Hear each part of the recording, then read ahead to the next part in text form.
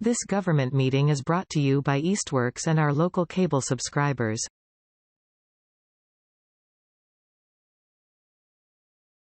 Good evening. Welcome to the Easthampton City Council meeting for Wednesday, September 6th. The meeting tonight is being recorded and broadcast by eMedia on Charter Channel 193 and live streaming on their webpage, easthamptonmedia.org. Councilors are participants in this meeting are gathering hybrid on the order extended until March 2025, which allow us to do so. I remind both the member of the City Council and the public participating remote remain mute until recognized by the City Council President.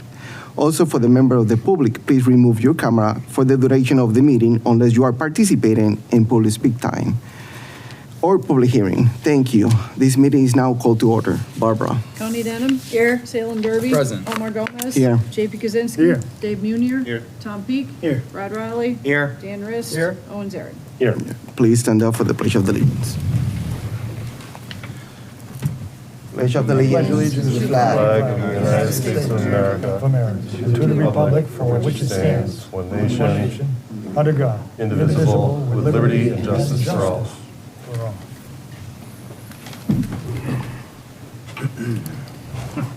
We'll take a motion to approve the minutes for August 2nd, 2023. Second. I approve the motion.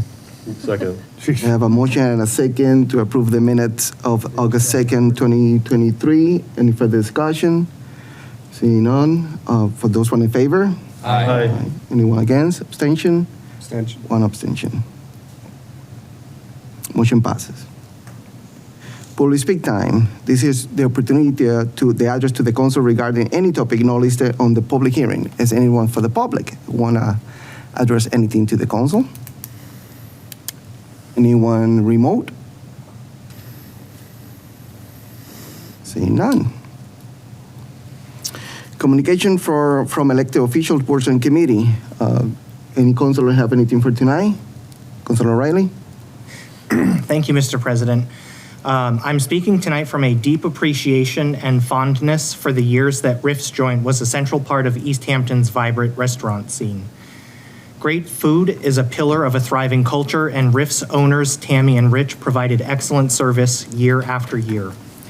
I'm not sure how many folks know this, but I ate at Riff's as a part of my weekly routine, once a week, every week.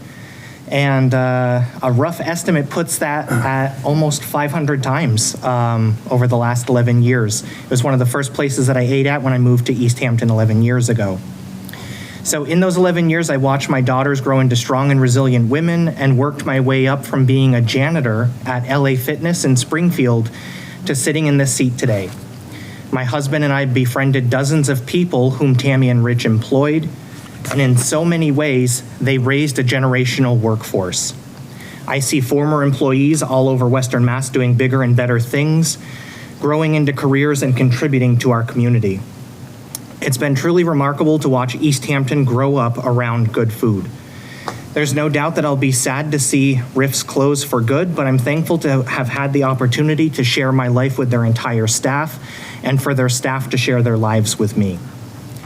And the reason why I bring this up is because their closure caught me off guard. It caught a lot of people off guard. And at least for me, there was always this sense of permanence regarding businesses like Riff's in and around Easthampton.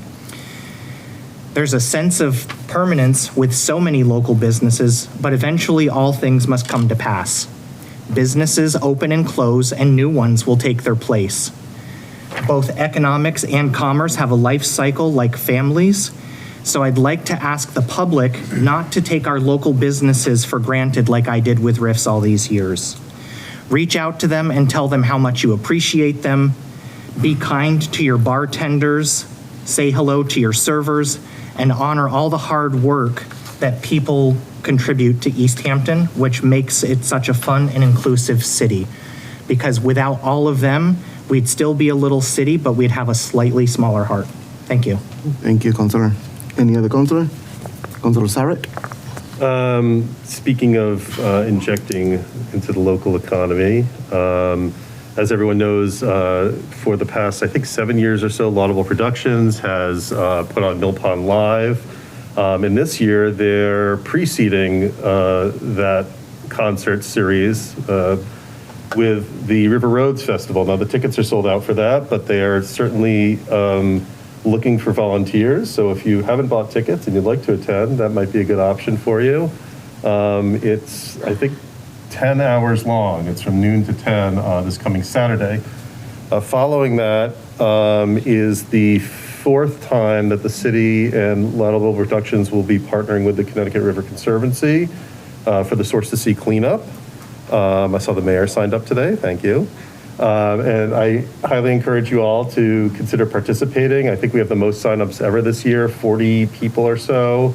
And we'll be cleaning up at 6 different sites, including Valley Paddler has, will be giving free rentals to folks who want to clean up in the pond itself. And then I mentioned Mill Pond Live, so that's next weekend. There's Friday, Saturday, Sunday, a variety of great international music production culminating in Irish Fest that Sunday.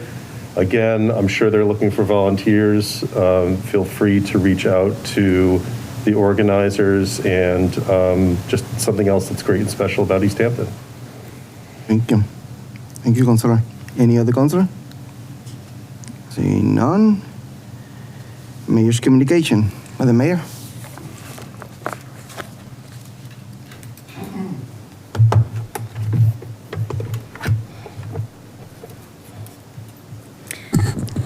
Thank you, President Gomez. Typically, I use my mayor speak time to speak and discuss pressing matters at hand, such as millions of dollars in grant awards or music festivals. Today, I am forced to use it for something else. I will not spend this time defending my record of standing up for women and the LGBTQ+ community. It's strong, it is decades long, and it speaks for itself. I will not spend this time, explaining yet again why I was forced to veto the ordinance that focused on crisis pregnancy centers. My veto language outlined that very clearly, and I can only hope that the vocal critics have taken the time to read it. I imagine most have not. Ordinance like the one crafted by Councilor Zarette put mayors who support women's autonomy, mayors like me, in untenable positions. I do not understand why pro-choice supporters are concentrating their time and effort attacking allies across the state while women nationwide are being attacked for real. Alienating and villainizing municipal leaders as cities and towns face one unprecedented crisis after another doesn't do a thing to improve or protect women's rights and access to this care that I firmly believe should be an inalienable right. I'm greatly disappointed that I now join a group who have famously failed progressive purity tests. In this case, by speaking the truth on a photocopy of a state law introduced as a local ordinance. The reality remains, when we consider local ordinances, we have to ask one basic question. How will this impact local residents? In this instance, the City Council authors failed to see the silent majority in this conversation, made up of the people who live within these city limits. This proposed ordinance would not have done a thing to strengthen individual rights for Easthampton residents or any other who pass through the city. Again, the language was essentially a photocopy of existing state law. Unfortunately, it was nothing more than performative window dressing that became an opportunity for fundraising by advocacy groups on both sides of the issues, willing to attack an ally, a pro-choice woman who holds elective office. Not to mention the president of our city council and a long-known advocate for our community, Jackie Brousseau Pereira. The past 18 months have been tumultuous for Easthampton, repeatedly thrust into an unflattering news cycle because of the choices by individuals to attack first and ask questions later. Here we are yet again, forcing Easthampton into an unwinnable challenge in the name of so-called advocacy, decorated with insults and endless attacks, as well as name-calling. Given the full blush of news coverage, I am sure the public is aware of the extensive bullying by and among our own elected officials. And given our community's digital engagement, I am sure the public is equally aware of the social media vitriol exchanged on a daily basis by those who seek to tear this community apart. In the fight for women, there were actions we could have taken together, focused on creating trustworthy sources for informed choices. There is a role for municipal government here, but that role shouldn't be about trying to goad people into suing us and wasting money and time, precious commodities for Easthampton that this body well knows. At no point did the conversation turn to efforts for education, such as deep canvassing, targeted advertising, authentic community engagement, social media outreach. The executive director of Reproductive Equity Now said she would send relative content for our website. Tired of waiting? Our Department of Health has posted the information they routinely communicate. I've been utterly baffled by the desire to approach this in a combative manner rather than a solution-oriented approach that actually accomplishes something.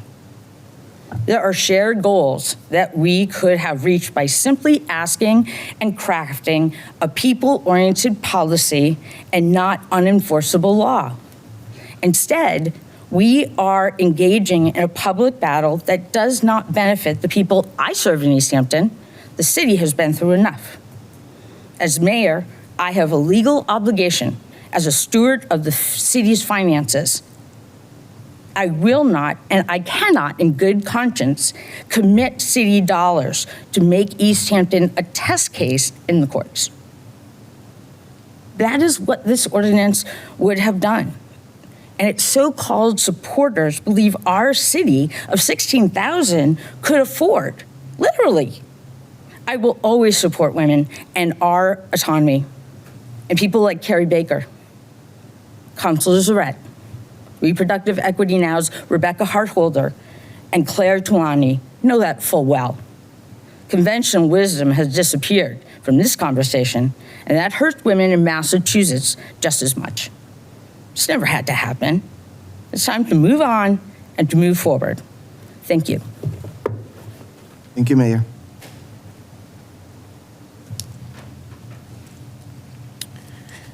You have 2 minutes. We can do finance. Thank you. Want to do it? Yeah, do finance. Yep. Thank you, Mr. President. Finance Committee will meet on September 13th at 5:15 in Room 1 to discuss the items that are being sent to committee under new business. That'll be a in-person and remote meeting. And you say 5:15? Yes, thank you, Mr. President. Thank you. I have 2 more minutes. Councilor, you want to start? Yeah, do police safety. Yeah, sure. Public safety met last night. We were able to have the DPW director present because most of the items involved their department. We reviewed the petition, the request to petition the state to change speed limits on Northampton Street, and the committee voted 3-0 to recommend that. We need to get the language from the DPW, what that would look like, but we also agreed that that should have a public hearing. And so at this time, I'd like to make a motion to set a public hearing for that item on September 20th. Right? Is that right? Yeah, that's the next meeting, yeah. I'll second the motion.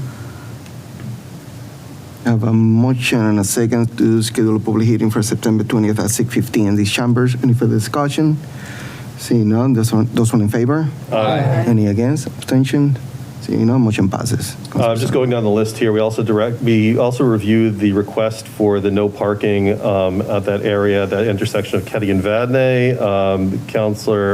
President Gomez was in attendance as a substitute member for Councilor Derby, and had a creative solution, at least hopefully that will be a permanent solution, just to follow our current traffic ordinances and traffic rules to have the DPW stripe and label the appropriate distance from an intersection, which I did speak with the members of that neighborhood today, and they were open to that. So I think we'll do that for now and leave this item on the agenda. Regarding the Mount Tom trailhead on East Street, there's really no current active issues there. We dealt with the no parking there, so the committee agreed 3-0 to recommend to dismiss that without prejudice. So at this time, I'd like to make a motion to do so. Thank you. I have a motion and a second to remove the Mount Tom trailhead on East Street, safety issues, remove it without prejudice. Any further discussion?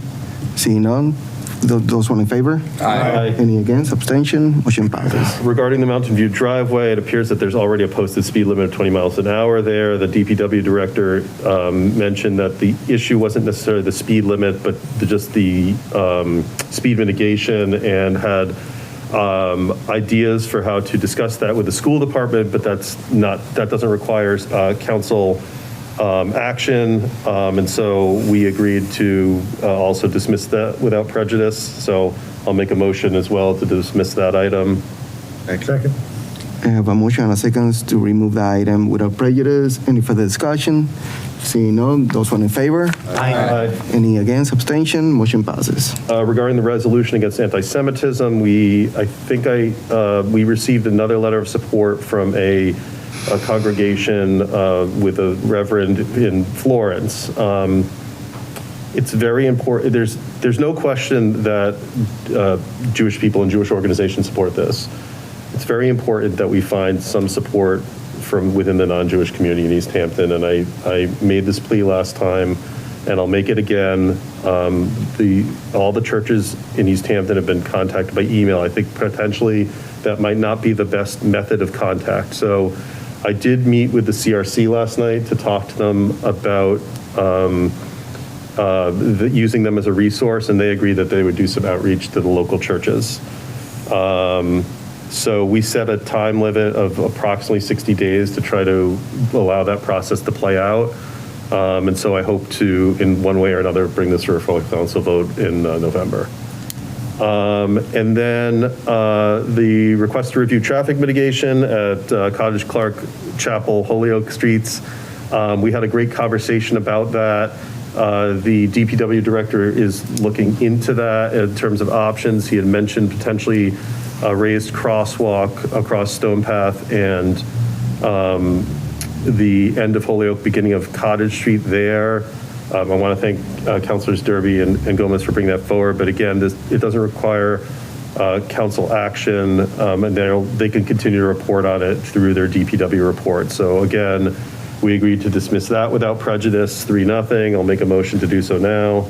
I have a motion and a second to remove without prejudice the request of the review traffic mitigation intersection of Cottage, Chapel, Clark, and Holyoke Street. Any further discussion? Seeing none, for those one in favor? Aye. Anyone against? Abstention?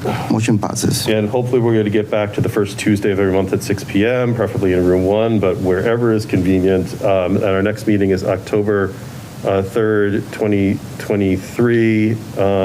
I'm sorry, I'm looking at the wrong sheet here. I just want to make, I could do this next time. So thus concludes. Thank you, Councilor Sarrett. I will take a motion to open a public hearing. So moved. Second. I have a motion and a second to open the public hearing. Any further discussion? Seeing none, for those one in favor? Aye. Any against? Abstention? Motion passes. Councilor Rest. Thank you, Mr. President. The Finance Committee met and voted 3-0 to accept this old bill to be paid for. Unfortunately, our city treasurer wasn't available at the time to discuss why this is happening. So I'd like to call on her, with your permission, Mr. President, to explain simply why this is happening. Yep. One is the Just for Harper's. just for the record, your name and position in the Jessica Hebert, city. City Treasurer. Thank you. Sorry. One bill is Harper's payroll processing bill, and the other is for Valley Green shredding. Both of those bills are paid for out of my office, and they were misplaced, I guess, on the very last warrant for the fiscal year. Okay. Thank you. I knew it was simple. Mr. President, this is an old bill. We do this all the time, so if there's no questions, I can move it forward. Any council have any questions or comments? See, anyone from the public have any questions or comment about this particular public hearing? Seeing none, Councilor. Online? No one. Nobody? Just wanted to ask. No, thank you. Thank you. Councilor Rest? I have a question. We would have one question. I have a question. My copy of this is scratching out the date, the year. The first one is 23 and the second is People did that, 20. must be. Hadel, look like a Hadel did it. Yeah. So just, Okay, so forget that. I guess. Yeah. All right. Before That's you, how it Councilor came to Rest, do you have any question about this appropriation or this, No, it has nothing to about this transfer? It was raised earlier. No. No. I thought my question was, No, sorry. Councilor Rest. I move that the full council approve an interdepartmental transfer. The amount requested is $225 to be transferred from city payroll processing, $196, professional services, $29 to be transferred to city payroll processing, $196, and professional services, $29, to provide vote to pay prior year fiscal year 23 time and attendance and shredding expenses. Second. I have a motion and a second for the interdepartmental transfer of $225 for the fiscal year 2023, all bills, payroll processing, and shredding expenses. Any further discussion? Seeing none, those one in favor? Aye. Any against, abstention? Motion passes. I will take a motion to close public hearing. So moved. Second. I have a motion and a second to close public hearing. Any further discussion? Seeing none, those one in favor? Aye. Any against, abstention? Motion passes.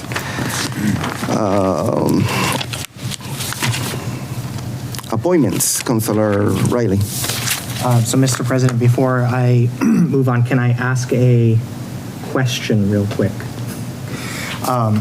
So this is just in recognition that for several months now, Wally has tried to engage in the process. How can we best convey that information on when the appropriate time is to speak?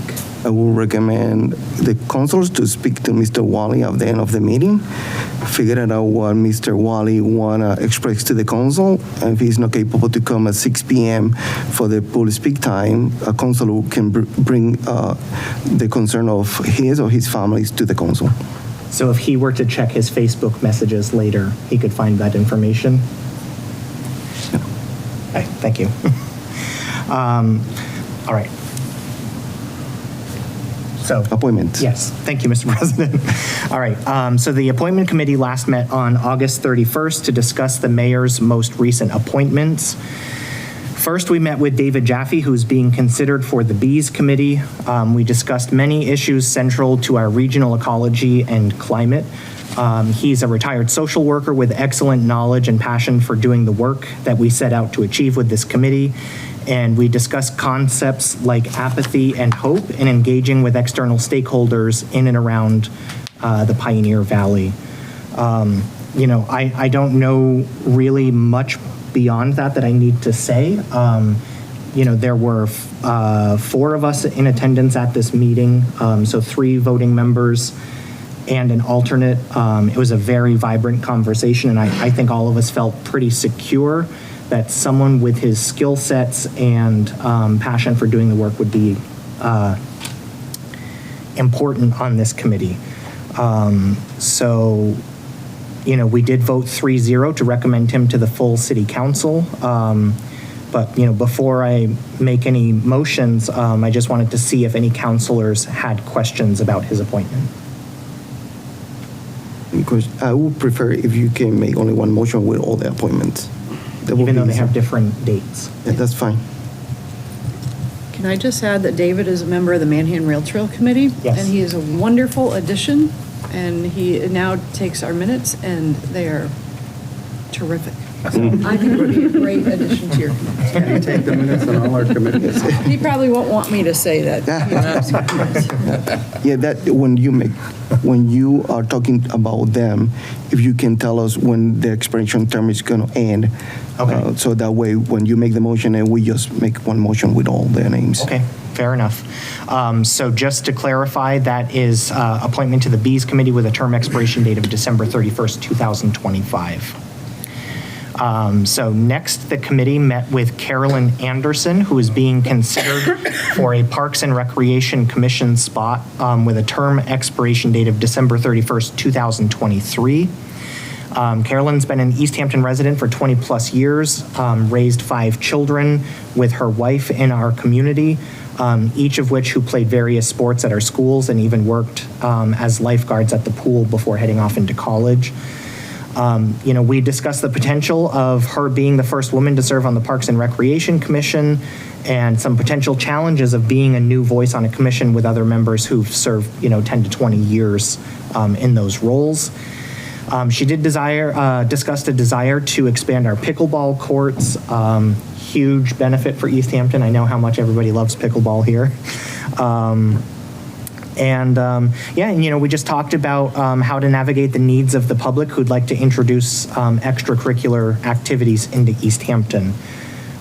Similar to the previous appointee, the committee voted 3-0 to recommend her to the full city council. And then the next order of business was the appointment of 3 members to the Easthampton Cultural Council.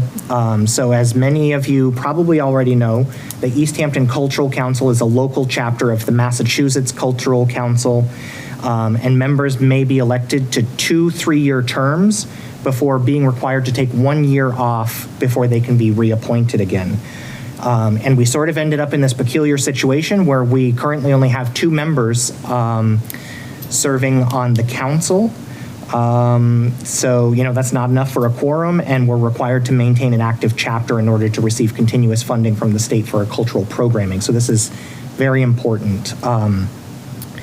So the appointees are Stephen Colicelli, Felicia Jadzik, and Tracy Eller. They are all current board members of the Easthampton Cultural Council,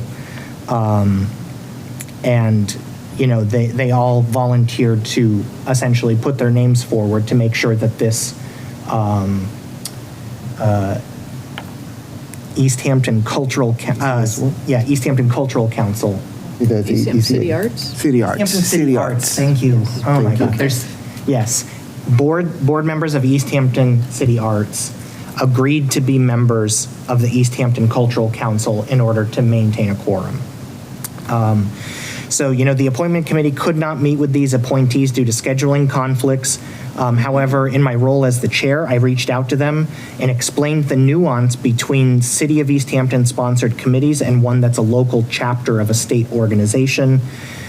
Each of them understood what is required of them between their 2 respective appointments and their contributions to the Easthampton City Arts.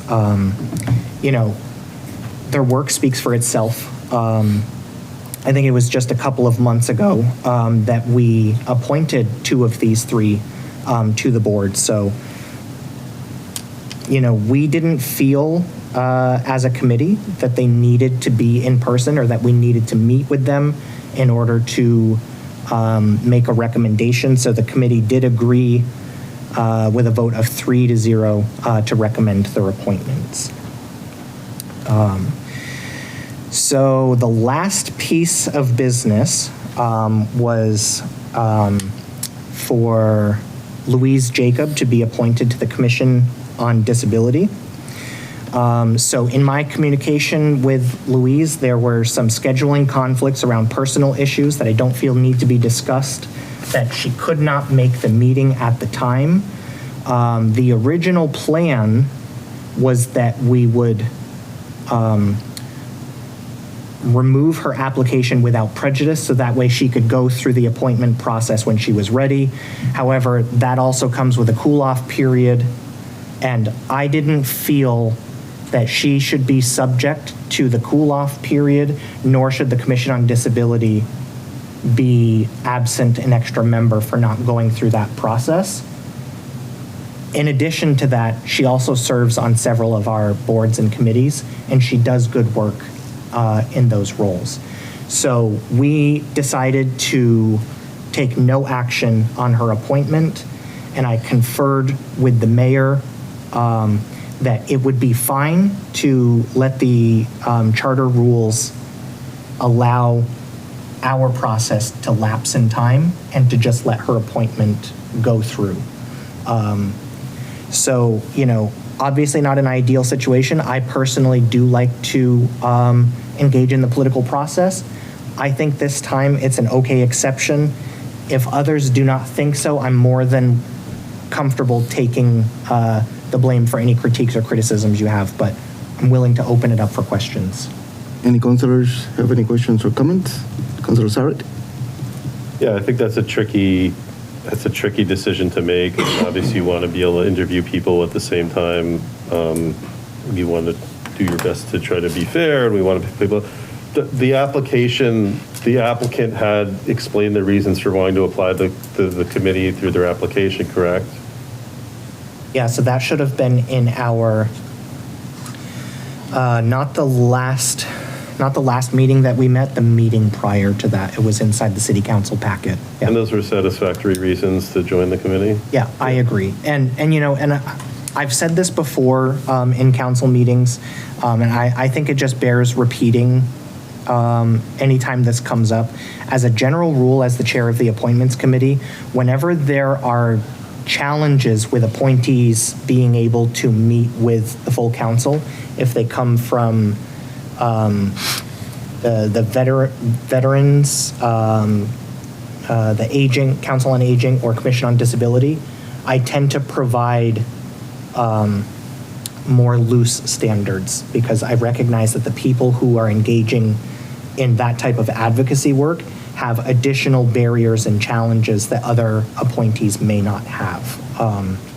So, you know, I factored all of these things in, and I feel comfortable with this process, but I correct me if I'm wrong, I don't think that there is anything else we can do, right?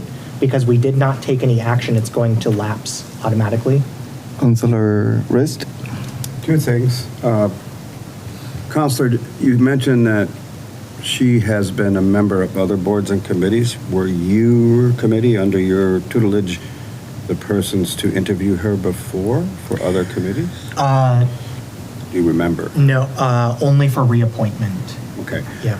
The other thing to state is we send things to committee from a point of view of rules, and the committee has no obligation to come back with a recommendation. But that doesn't mean the city council can't act. Okay. If the city council wants to act and appoint her, I would certainly recommend that, only because I recognize her value to this committee and to all of it. I think what Councilor Riley is doing is defending the process where he wasn't able to interview, or the committee wasn't, and that's admirable. So he couldn't make a recommendation.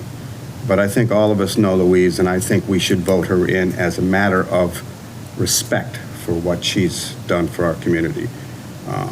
Sure, we could say no action, but I think we should vote her in. That's just my opinion. I'm okay with it. Any councilor? Any other councilor? No. Councilor Riley? Yes, give me just a moment. I need to actually, would the clerk be able to inform me what the expiration date is for Louise? 12/31/24. Okay. All right. So in the form of a motion, I move to appoint David Jaffe to the Bees Committee with a term expiration date of December 31st, 2025. Carolyn Anderson to the Parks and Recreation Commission with a term expiration date of December 31st, 2023. For Stephen Colacelli, Felicia Jadzik, and Tracy Eller to the Easthampton Cultural Council with a term expiration date of September 6th, 2026, and Louise Jacob to the Commission on Disability with a term expiration date of December 31st, 2024. Second. I have a motion and a second for 6 mayoral appointments. Any further discussion? Seeing none, those in favor? Aye. Any against, abstention? Motion passes. Okay, and then, so, in closing, I just wanted to give a personal thank you to Councilor Denham, who has served as an alternate member of the Appointment Committee. She was asking very insightful and engaging questions of our appointees, which made for a robust and heartfelt appointment process, which has always been my wish as the chair of this committee. The Appointment Committee is an essential interface between the public and our government, and your contributions are felt and appreciated, so I thank you. The Appointment Committee will meet Thursday, September 14th at 6 p.m. in the conference room behind us on the second floor of Payson Avenue. Thank you, Mr. President. Thus You say 7 p.m.? 6 p.m. Did I say 7? Sound like it. Okay, 6 p.m. I apologize. Say 7 p.m. Thank you. Yeah. Ordinance, Councilor Derby. Thank you, Mr. President. The Ordinance Committee did meet last night. We had a joint public hearing with the Planning Board where we reviewed some zoning waivers and change of board review. We did vote last night as a committee to recommend that to the full council. And the Planning Board also did vote to recommend that to the full council. We haven't gotten their written recommendation yet, but that is on its way. And I conferred with Barbara. It seems like that we should be safe to set the public hearing for September 20th in these chambers for 6:15. That's in the form of a motion. Second. I have a motion and a second to schedule a public hearing September 20th at 6:15. Any further discussion? Seeing none, those in favor? Aye. Any against, abstention? Motion passes. An ordinance, due to the hectic nature of my schedule next week, it does not look like we're going to be able to meet before our next meeting, but I'm going to check in with my committee members. I think that the following week should be an opportunity for us to meet. So that would be after the 20th, so it would be the week of the 25th. So I'm going to check in and I'll make sure to get that to the clerk so it can get posted and advertised. I don't believe I need any housekeeping in here. We have just a few items, so that concludes. Thank you. Property, Councilor Kuczynski. I believe we have one matter, Mr. President, that will be introduced by the Vice President as a new business, and that's an easement that is being proposed, an amendment to the existing easement, which ordained and created the rights and responsibilities of both the public and the mill owners for the parking areas and transit areas behind the mill buildings. That when we get that, I'm expecting that the committee will be meeting on September 21st at 6 p.m. for a walkthrough of the buildings that is yet to be finalized, but that's the current plan, and then to return back to an office here in the municipal building to discuss the matter. We will not discuss the matter on site. It'll be discussed here. But the visit will enable us to see what the mills is currently being proposed. So that being said, that concludes. Thank you. Rules, Councilor Rist. Yes, thank you, Mr. President. The Rules of Government Relations Committee met twice to discuss the non-binding city ballot question introduced by Councilor Peak.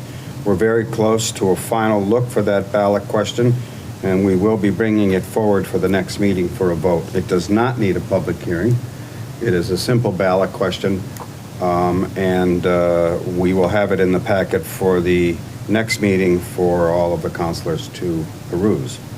That meeting, our final meeting, will be this Tuesday, the 12th, at 5:30 in room 1, in person and remote, for the Rules of Government Relations Committee.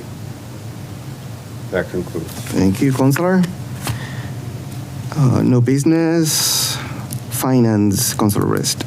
New business, I have 3 items that need to be sent to committee and set for public hearing. The first is a request for supplemental appropriation from the Community Preservation Act. The amount requested is $400,000 to be appropriated from the following accounts: CPA Reserve for Open Space, $120,000, CPA undesignated fund, $83,500, and CPA reserve fund, $196,500, for a total of $400,000, to be appropriated to the Nonotuck Park Pool Restoration Construction Account, $400,000, for the purpose for the final design and construction funds of the rehabilitation and restoration of the Nonotuck Park pools and surrounding recreation area.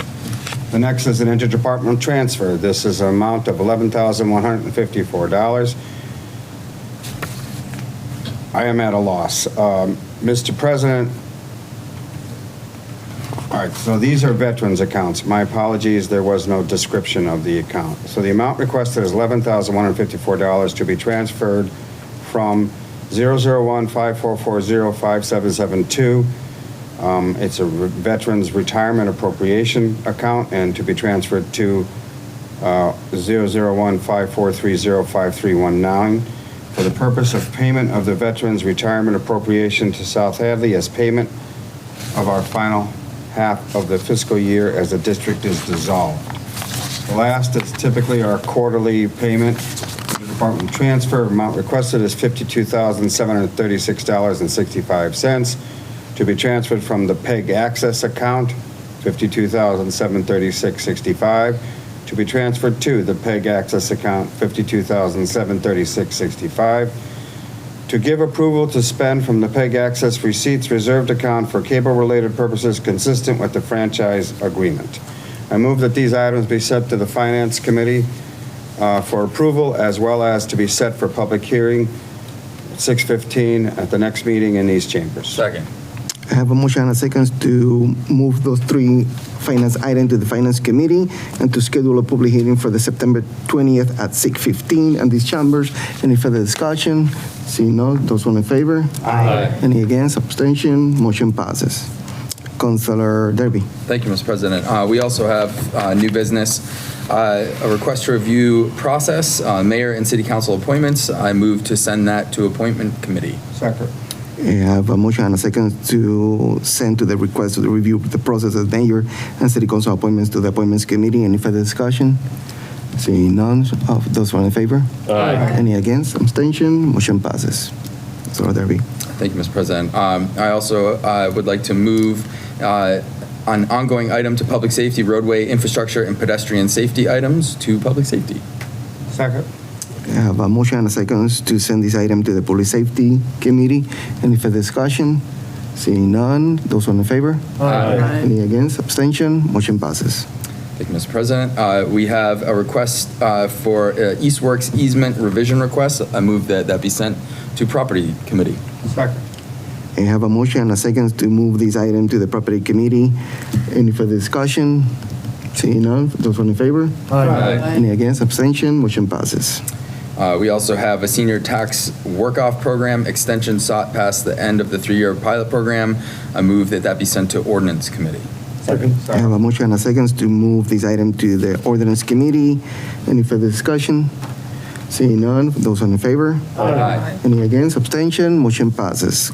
We have 5 mayoral appointments. David Kutcher, Easthampton City Arts, with the term expiration of 12/31/2025. Chandler France to Easthampton Cultural Counter, expires 3 years from date of appointment. Michael Schlosstedt, Easthampton Cultural Council, expires 3 years from date of appointment. Nancy Natali, Easthampton Cultural Council, expires 3 years from date of appointment. And Alexis Hosea Abbott, to Manhan Railtail Committee, with an expiration of 12/31/2024. I move that those be sent to the appointment committee. Second. I have a motion and a second to move those 5 appointments to the Appointments Committee. Any further discussion? Seeing none, those in favor? Aye. Any against? Abstention? Motion passes. Look like we did everything we have in our agenda. I will take a motion to To adjourn. adjourn. Second. I have a motion and a second to adjourn. Those in favor? Aye. Any against? Abstention? Motion passes. See you, everybody. Thank you. Thank you, everybody. Good night. We have to sign, right?